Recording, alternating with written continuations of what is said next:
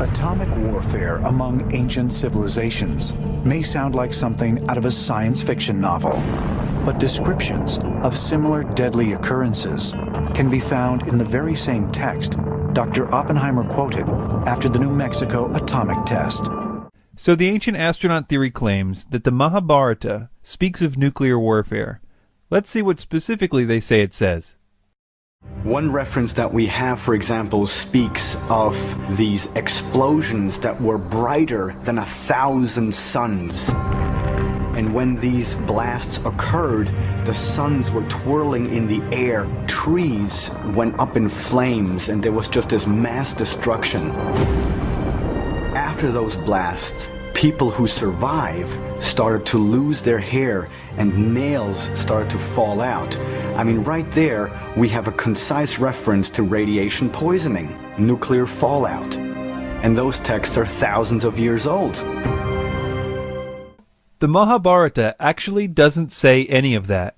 These exact claims about the hair and nails falling off and an explosion brighter than 1,000 suns has been repeated by ancient astronaut theorists so many times that they think it's true.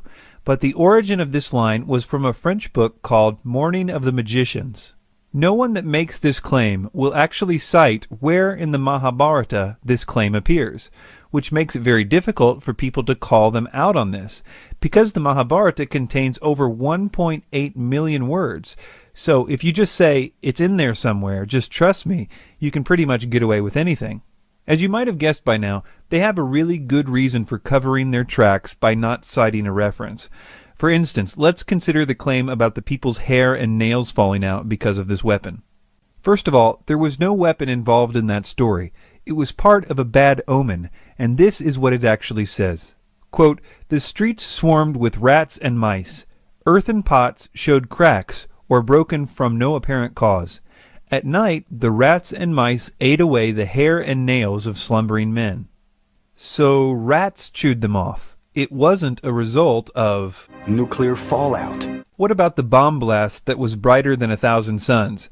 Here's what the passage actually says. Gratified with him, the Holy One then showed Utanka that eternal Vaishnava form which Dyanjaya of great intelligence had seen. Utanka beheld the high-souled Vasudeva of universal form, endued with mighty arms. The effulgence of that form was like that of a blazing fire or 1,000 suns. It stood before him, filling all space. It had faces on every side. Behold the high and wonderful Vaishnava form of Vishnu. In fact, seeing the Supreme Lord in that guise, the Brahmana Utanka became filled with wonder. Jason Colavito says the following about this. Quote, "This passage, which mentions the 10,000 suns, refers to an appearance of Vishnu. It is representative of many, many passages in which the standard poetic line 10,000 suns is used to describe a deity. It does not refer to the specific flash of a nuclear blast unless one imagines the gods to be exploding." If you would like to know more about the deceitful misquoting of ancient texts as it relates to this idea of ancient nuclear weapons, see Jason Colavito's excellent book, Ancient Atom Bombs, Fact, Fraud, and the Myth of Prehistoric Nuclear Warfare. Let's move on to Ancient Aliens' next line of evidence for this point, which is all centered around an ancient city, now archaeological site called Mohenjo-Daro in Pakistan. Ancient Aliens claims that there was a nuclear bomb dropped there in the ancient past. They give several reasons to believe this. Skeletons were found lying face down in the street, many holding hands. Their faces and body positioning suggested they suffered a sudden, violent death. You have a culture of people who literally were lying dead in the street. Archaeologists have found human remains and something big has happened to these people. Why is there evidence that wild animals avoided scavenging their remains? And why, even after thousands of years, had their bones not decayed? In certain areas of that site, you find increased levels of radiation. British researcher David Davenport claimed to have found a 50-yard-wide epicenter at Mohenjo-Daro, where everything appeared to have been fused through a transformative process known as vitrification. Vitrification is a process in which regular type stone gets molten into a magma state, and then it hardens again. But once the stone is hardened again, it feels like glass. At Mohenjo-Daro, we find evidence of vitrification, which could have only been achieved if the material was exposed to extreme heat by some type of a blast. Okay, so let's list these points. Number 1, skeletons, one set holding hands, which they say appear to have died at the same instant.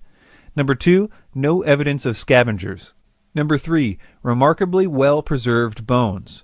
Number 4, the presence of radiation at the site. And number 5, an epicenter where vitrification is present. That all sounds like a pretty convincing case for nuclear warfare at Mohenjo-Daro. Well, assuming any of that is true, and considering Ancient Aliens' track record, we had better investigate these claims. One of the first problems with this theory is the city itself. Its buildings are still intact, some of which are 15 feet high, and they're made out of mud. So you would think that a nuclear weapon whose main destructive power is in the force of its blast wave would be able to topple a few mud brick buildings. But moving on, what about these skeletons? Ancient Aliens makes it sound like a lot of skeletons were found, when in fact only 37 were found. And not only do these 37 bodies show no signs of dying suddenly, the date of their deaths varies sometimes as much as 1,000 years from one another. None of the archaeologists involved thought these skeletons suggested a sudden catastrophe. And, to make matters worse for Ancient Aliens, all of the bodies were buried. The idea that these bodies were laying around in the streets isn't true.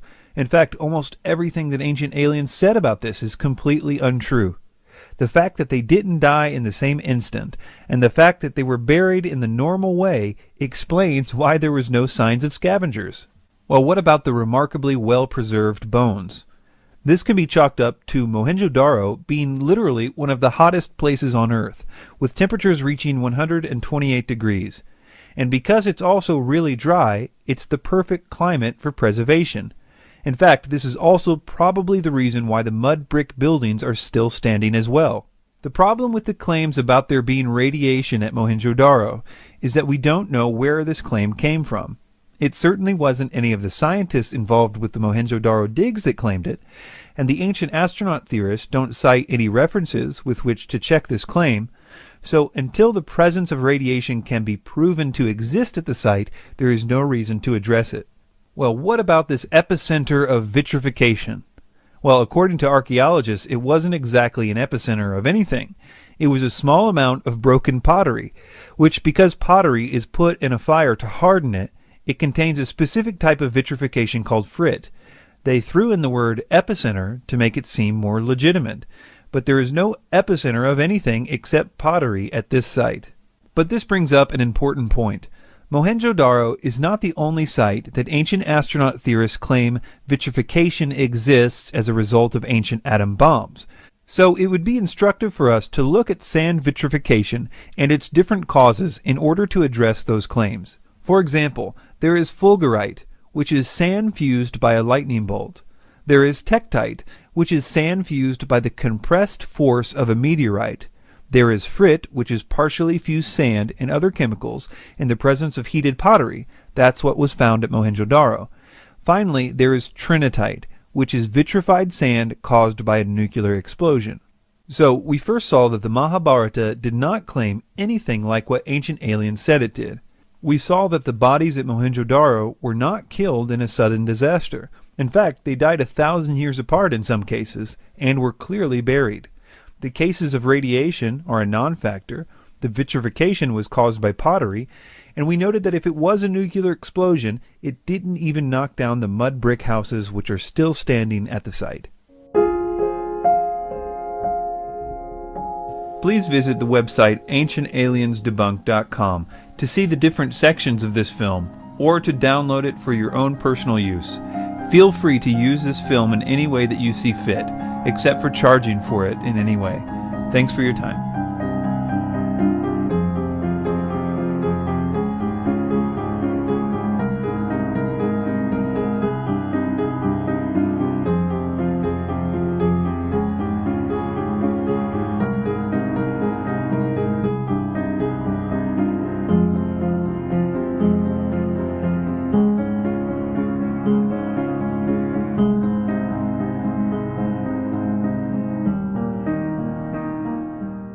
science fiction novel, but descriptions of similar deadly occurrences can be found in the very same text Dr. Oppenheimer quoted after the New Mexico atomic test.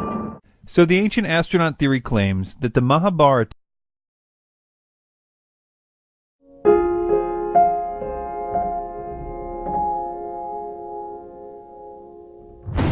Atomic warfare among ancient civilizations may sound like something out of a... Their hair and nails started to fall out. I mean, right there, we have a concise reference to radiation poisoning, nuclear fallout. And those texts are thousands of years old. The Mahabharata. When these blasts occurred, the suns were twirling in the air, trees went up in flames, and there was just this mass destruction. After those blasts, people who survive started to lose... speaks of nuclear warfare. Let's see what specifically they say it says. One reference that we have, for example, speaks of these explosions that were brighter than 1,000 suns. And when